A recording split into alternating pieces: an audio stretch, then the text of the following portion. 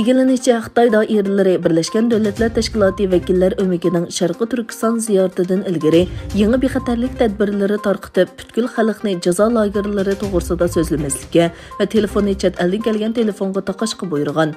Birləşmiş Dövlətlər Təşkilatı Kişilik Hüquq Ali Komissari Michel Bachelet mayda Xitayğa barıdığanlığı həm də Uyğurlarga qarşı irqi qırğınçılıq davamlaşıyotqan Şərqi Türkistanni ziyarət qılıdığanlığı elan qılğan idi.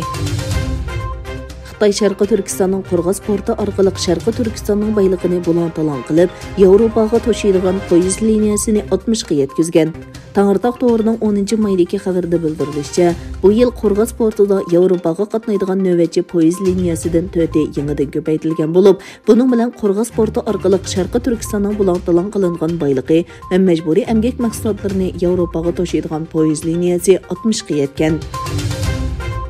Amerika istihbarat organi seyşembe günü Xitayning harbiy kuch qo'llanmasdan Tayvanni ishg'ol qilishni xohlaydiganligini, ammo Tayvanni yutib olish uchun harbiy kuchini kuchaytirayotganligini aytdi.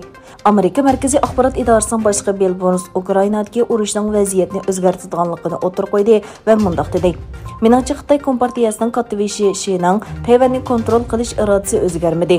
Ammo ular bu ishning qandoq va qachon yuz beradiganligi to'g'risida har xil o'rinlashtirishlarni olib bormoqda." Xitayning g'arbidagi Chongqing shahrida Tibet aviatsiyasining yo'lovchilar aeroplani Chongqing-Yanchi safariga chiqish uchun uchayotganda o't ketgan. Uçuş yoludan ayrılgan aeroplandan 113 yo'lovchi va 9 xodim tarqoqlashtirilgan bo'lib, yenik yaralangan 40 necha yo'lovchi doktorxonaga yetkazilgan. Xitoy Sharqi aviatsiya shirkatining 5735 nomli navbatchi aeroplani 21 mart Guangxi avtonom rayonining Wuguo shahri atrofida tushib ketgan bo'lib, aeroplandagi 123 yo'lovchi va 9 aeroplan xodimi hodisada qazo qilgan. Aqsaray bayonotchisi Jin Pisaki, agar Shvetsiya va Finlandiya Shimoliy Atlantik ehti tashkilotiga qo'shilmoqchi bo'lsa, ularning iltimosini qo'llaydiganligini bildirdi.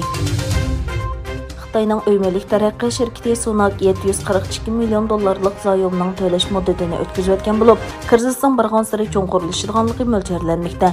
Bunun bilan Xitoy o'ymelik kasbidagi yana bir shirkat zo'r so'mli qarz patqog'iga botgan shirkatlar qatoriga qo'shildi. Germaniya, Amerika, Angliya, Kanada, Fransiya, Italiya va Yaponiyadan tarkib topgan G7 davlatlarning tashqi ishlar ministrlari yig'ini Germaniyada boshlandi. Ukraina va Moldaviyaning tashqi ishlar ministrlari 14-maygacha davomlashadigan G7 tashqi ishlar ministrlari yig'iniga qatnashadi.